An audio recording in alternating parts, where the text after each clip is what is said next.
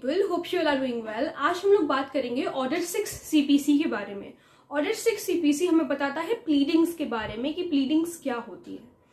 तो सबसे पहले रूल नंबर 1 कहता है प्लीडिंग। यहाँ पर सिर्फ प्लीडिंग की डेफिनेशन दी हुई है। प्लीडिंग की डेफिनेशन भी मैं नहीं कहूंगी क्योंकि सिर्फ इसमें बताया गया है कि प्लीडिंग में इंक्लूड क्या क्या होता है। तो प्लीडिंग में दो चीजें इंक्लूड होती हैं, प्लेंट और रिटन स्टेटमेंट।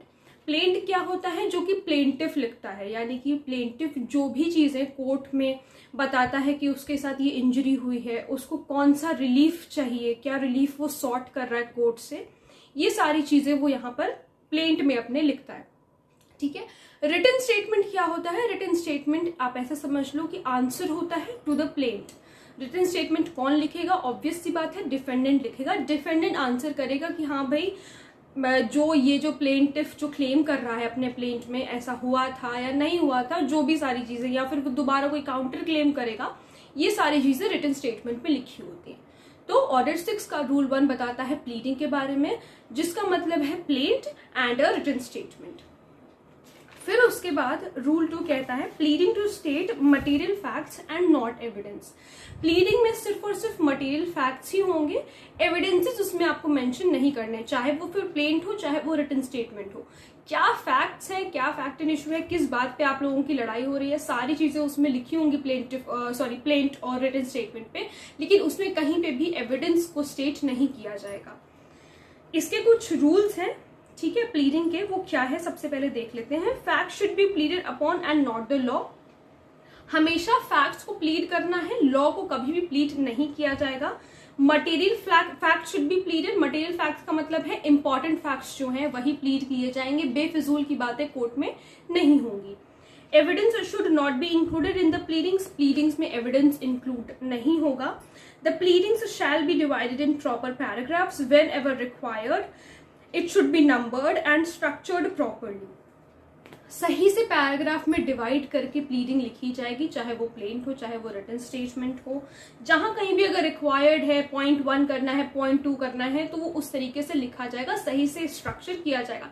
ऐसे ही नहीं कि कोई भी बात कहीं से शुरू हो रही है, कोई भी बात कहीं पे खत्म हो रही है, उसको सही से पैराग्राफ वाइज लिखना होगा। फिर facts should be presented in precise manner and no important facts in the pleading should be missed. बहुत ही प्रिसाइज मैनर में लिखना है। मतलब कहने का पूरा तात्पर्य ये है कि लिखना लगभग आपको सारी बातें पड़ेंगी, लेकिन वो सारी बातों में से जो फैक्ट एंड इशू का क्रक्स है वही आप लोगों को प्लीडिंग में मेंशन करना है। कोई भी इंपॉर्टेंट फैक्ट मिस नहीं होना चाहिए। तो ये रूल 2 कहता है। रूल 3 बताता है फॉर्म ऑफ प्लीडिंग्स के बारे में कि प्लीडिंग का फॉर्म किस तरीके से होगा। तो ये अपेंडिक्स ए में आप देखोगे तो वहां पर आप लोगों को मिल जाएगा कि प्लीडिंग्स जो है इसी फॉर्म में होंगी। रूल 4 कहता है particulars to be given where necessary. Particulars देना नेसेसरी है, जैसे कि रूल 4 में लिखा है in case of misrepresentation और क्रिमिनल ब्रीच ऑफ ट्रस्ट और फ्रॉड और विलफुल डिफॉल्ट ऑफ पेमेंट। जहां कहीं अगर मिस रिप्रेजेंटेशन का केस है, क्रिमिनल ब्रीच ऑफ ट्रस्ट का केस है, फ्रॉड का केस है, विलफुल डिफॉल्ट किया गया है पेमेंट का, तो क्या होगा? Of due specific particulars with respect to date and time should be mentioned in the pleading. तो किस समय ये सारी चीजें घटित हुई हैं, वो सारी चीजें डेट और टाइम के साथ मेंशन करनी होगी प्लीडिंग्स में। ठीक है। आपका ये जो रूल 5 है ये रिपीट कर दिया है, तो ऑब्वियसली इसको पढ़ने की कोई जरूरत नहीं है। रूल 6 कहता है condition president. Non performance of a condition president should be specifically mentioned in the pleading. देखो, अगर कोई कंडीशन, मान लो कुछ भी प्लेंटिफ और डिफेंडेंट के बीच में तय हुआ है, कोई कंडीशन ऑलरेडी तय हुई है, और अगर वो कंडीशन उसमें मेंशन नहीं करी गई है, तो ऐसा माना जाएगा कि उस कंडीशन को परफॉर्म कर दिया गया है। कोई भी मान लो कंडीशन है, अगर वो कंडीशन आपने प्लीडिंग में अपनी मेंशन नहीं की कि भाई मैंने ये चीज इसको करने को कहा था और इसने नहीं किया, अगर ये चीज आपने मेंशन नहीं किया है, तो ऐसा कोर्ट प्रिज्यूम कर लेगी कि अगर आपने कंडीशन मेंशन नहीं करी है तो वो कंडीशन परफॉर्म हो चुकी है। ठीक है। रूल 7 कहता है डिपार्चर के बारे में। No pleading can contain fact inconsistent with the previous pleading.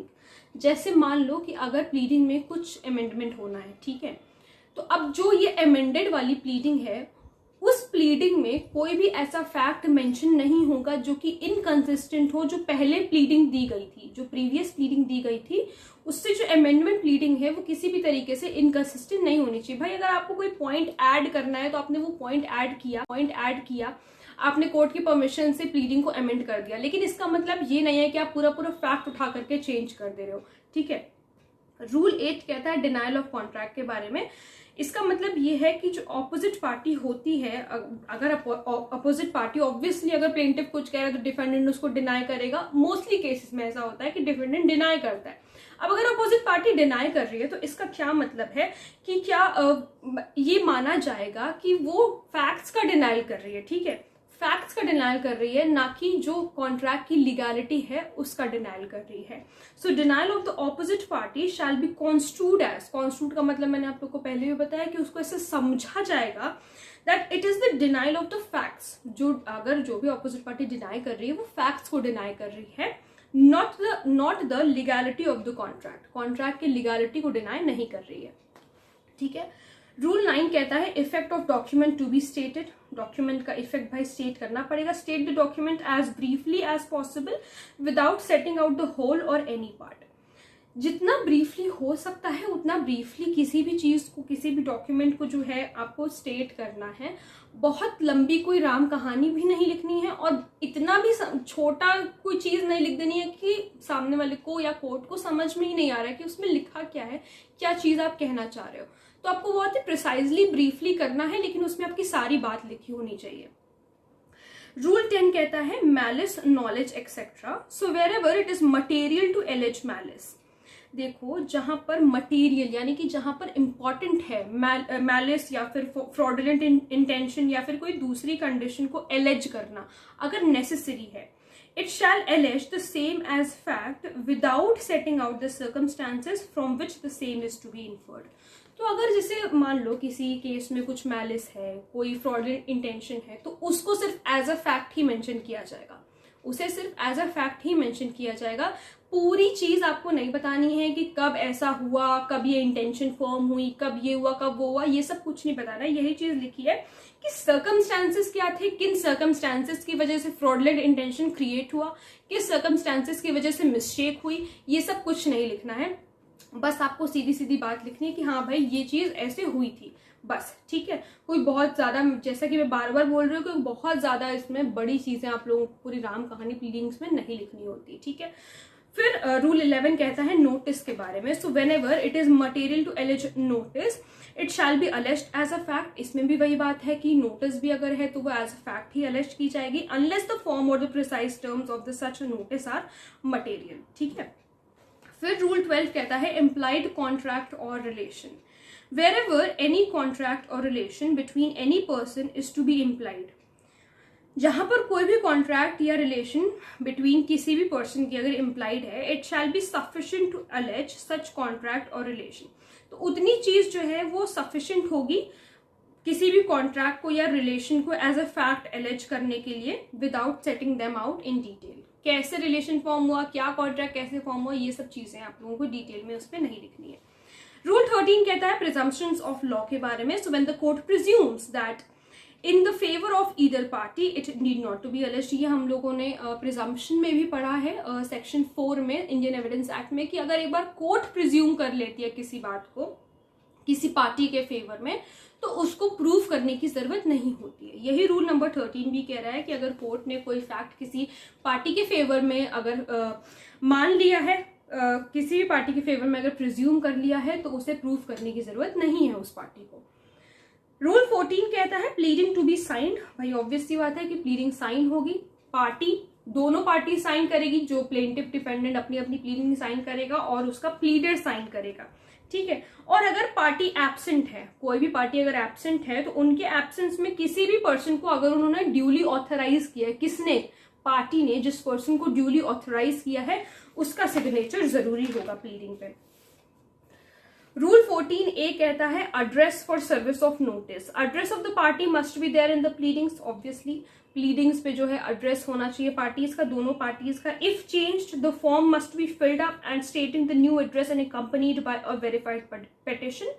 अगर एड्रेस किसी भी वजह से चेंज होता है तो उसके लिए एक नया फॉर्म फिल करा जाएगा, उसमें नया एड्रेस लिखा जाएगा और वो एक वेरीफाइड पिटिशन उसमें लगाई जाएगी साथ में उसको एक कंपनी करते हुए। ये जो एड्रेस होता है इसे हम लोग रजिस्टर्ड एड्रेस कहते हैं। एनी डिक्री और order and the purpose of execution after the final determination of the cause और मैटर। ठीक है, ये जो होता है रजिस्टर्ड एड्रेस होता है। As though such party is a residence, court discovers the address to be in। अगर कोर्ट को ऐसा लगता है कि जो एड्रेस है वो इनकम्प्लीट है, फॉल्स है या फिक्शियस है, तो क्या करेगी प्लेंटिफ के, अगर ये चीज प्लेंटिफ के पार्ट पे हुई, अगर प्लेंटिफ के पार्ट पे अगर कोर्ट को लग रहा है कि एड्रेस इनकम्प्लीट है या फॉल्स है या फिक्शियस है, तो स्टे ऑफ सूट कर देगी, रोक लगा देगी सूट पर। और अगर डिफेंडेंट के केस में ऐसा है तो डिफेंस को स्ट्रक आउट कर दिया जाएगा, निकाल के बाहर फेंक दिया जाएगा, साफ भाषा में। ठीक है, फिर इसका सब रूल 6 कहता है after furnishing his true address court orders to set aside the order. और अगर एक बार जो है सही एड्रेस पता चल जाए तो कोर्ट जो है अपने ऑर्डर को सेट असाइड कर देगी, जो अभी रूल 5 में उन्होंने कहा कि या तो निकाल दिया जाएगा, डिफेंस को स्ट्रक आउट कर दिया जाएगा या स्टे ऑफ सूट हो जाएगा। Rule 7 says the court is satisfied that the party was prevented by any sufficient cause। अगर कोर्ट इस बात से satisfied है कि कोई sufficient cause थी जिसकी वजह से जो है वो एड्रेस सही नहीं दे पाई, तो shall set aside the order, तो वो ऑर्डर को set aside कर देंगी and appoint a day for the proceeding with the suit or defense। और फिर क्या करेगी, जैसे हमने देखा कि वो stay of suit कर रही थी या डिफेंस को स्ट्रक आउट कर रही थी, तो इसके बाद अगर उन्हें सफिशिएंट कॉज लगता है कि भाई ठीक है एक सफिशिएंट कॉज था जिसकी वजह से सही एड्रेस नहीं दे पाए, तो एक डे अपॉइंट करेगी प्रोसीडिंग के लिए, जो कि प्लेंटिफ के साथ या फिर डिफेंडेंट के साथ। ठीक है, फिर सब रूल 8 कहता है nothing in this rule shall prevent the court from directing the service of process at any other address. इस रूल में जो भी कुछ लिखा हुआ है वो कोर्ट को किसी भी तरीके से प्रिवेंट नहीं कर रहा है, वो कोर्ट को किसी भी तरीके से प्रिवेंट नहीं कर रहा है कि अगर वो किसी भी प्रोसेस का सर्विस करना चाहती है। सर्विस ऑफ प्रोसेस क्या होता है, ये प्रोसेसेस क्या होते हैं, समन और वारंट। अगर कोर्ट प्रोसेस का सर्विस करना चाहती है तो कोर्ट कर सकती है किसी दूसरे एड्रेस पे। इस रूल में जो भी कुछ लिखा हुआ है उसका ये मतलब नहीं है कि कोर्ट जो है वो किसी दूसरे एड्रेस पे प्रोसेस नहीं कर सकती, सर्विस नहीं कर सकती। ठीक है, फिर उसके बाद रूल 15 कहता है वेरिफिकेशन ऑफ प्लीडिंग्स। भाई प्लीडिंग्स को वेरीफाई होना जरूरी है, so every pleading shall be verified. Person verifying shall specify what he verifies of his own knowledge. जो पर्सन वेरीफाई कर रहा है वो स्पेसिफाई करेगा कि क्या वो खुद अपने नॉलेज से, अपने ज्ञान से वो उस चीज को वेरीफाई कर रहा है, और क्या चीज वो दूसरे की जो इन्फॉर्मेशन जिससे रिसीव हुई है उसके नॉलेज पे वो चीज उसको वेरीफाई कर रहा है और मान रहा है कि वो सच है। दो चीजें हैं, जो वो खुद अपनी ट्रू नॉलेज समझ रहा है कि ये बात सही है तो उसने उस चीज को वेरीफाई कर दिया। दूसरी बात क्या कि अगर किसी दूसरे से उसको इन्फॉर्मेशन रिसीव हुई हो और इस इन्फॉर्मेशन को वो ट्रू मान के वो चीज वेरीफाई कर रहा है तो वो भी उसमें मेंशन करना जरूरी है। Shall be signed by the person making it, जो उसको बना रहा है वो साइन करेगा with date on which it is signed. जिस दिन साइन कर रहा है उस दिन की डेट लिखनी होगी। Shall also furnish an affidavit, एक एफिडेविट भी लगाया जाएगा, शपथ पत्र भी लगाया जाएगा। ठीक है, रूल 16 कहता है स्ट्राइकिंग आउट प्लीडिंग्स। देखो प्लीडिंग्स को कोर्ट निकाल के बाहर कब फेंक सकती है, जब अननेसेसरी हो, स्कैंडलस हो, फ्रिवोलस हो और वेक्शियस हो। ये प्री में पूछा जाता है, इस तरीके के वर्ड्स, मतलब ऐसे वर्ड्स आ जाते हैं वही जैसे ऑप्शन ऑब्जेक्टिव जैसे होता है। ठीक है, कि कौन से केस में जो है कोर्ट प्लीडिंग्स को स्ट्राइक आउट कर सकती है।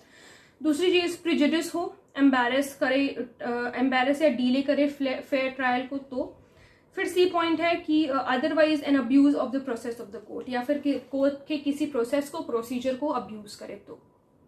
ठीक है, फिर रूल 17 बताता है अमेंडमेंट ऑफ प्लीडिंग्स के बारे में। So allow either party to alter or amend, दोनों में से किसी भी पार्टी को जो है ऑल्टर या फिर अमेंड करने के दे सकते हैं, करा सकते हैं अमेंड। ठीक है, बट ये अलाउड कब नहीं होता है, तो not allowed after the trial has commenced. अगर एक बार ट्रायल शुरू हो गया है तो आप प्लीडिंग्स को अमेंड नहीं कर सकते हो। ठीक है, unless in spite of due diligence the party could have not raised the matter before the commencement of the trial। देखो वैसे तो जनरल रूल है कि कोई भी जो है अगर ट्रायल एक बार कमेंस हो गया है, ट्रायल शुरू हो गया है तो फिर आप नहीं कर सकते। लेकिन अगर ड्यू डिलिजेंस यूज करने के बाद भी पार्टी ट्रायल कमेंसमेंट से पहले नहीं कर सकती थी ऐसा, तो फिर कोर्ट अलाउ कर देगी। वैसे जनरल रूल क्या है कि नहीं कर सकती है कमेंसमेंट के बाद, ट्रायल के कमेंसमेंट के बाद। लेकिन अगर कोई ऐसी बात है, कोई ऐसा रीजन है जिसकी वजह से वो ट्रायल के कमेंसमेंट से पहले पार्टी नहीं अमेंड कर सकती थी, तो फिर कोर्ट अलाउ कर देती है। ठीक है। रूल 18 लास्ट रूल कहता है failure to amend after order. अगर एक बार ऑर्डर दे दिया कि भाई चलो अमेंड कर दो, उसके बाद अगर अमेंड नहीं किया, he shall not be permitted to amend after the expiration of time limit. एक टाइम लिमिट जैसे मान लो कोर्ट ने दी है, मान लो जैसे कोर्ट ने 30 दिन का टाइम दिया है कि तुम्हारे पास इतना दिन का टाइम है, इतने में तुम अमेंड कर लो, तुम्हें जो अमेंड करना है। ठीक है। अब क्या हुआ, परमिट आपको कोर्ट से परमिशन तो मिल गई और आपने अमेंड नहीं किया, तो अब क्या होगा, अब आपको दोबारा से जो है मौका नहीं मिलेगा। हाँ, और अगर कोर्ट जो है वो टाइम लिमिट मेंशन नहीं करती है, अगर कोर्ट टाइम लिमिट मेंशन नहीं करती है ऑर्डर में, तो सिर्फ और सिर्फ 14 दिन का टाइम होता है, 14 डेज का टाइम होता है। This is a very very important question, इसको तो बिल्कुल मार्क कर लो, ध्यान से एकदम याद कर लो कि 14 दिन का टाइम होता है। अगर कहीं भी प्लीडिंग्स के लिए अमेंडमेंट, मतलब अगर जो अमेंडमेंट है प्लीडिंग में कि कितने दिन तक कर सकते हैं, अगर वो चीज़ नहीं मेंशन है, अगर कोर्ट ने मेंशन नहीं करी है, तो 14 दिन का ही टाइम सिर्फ मिलता है।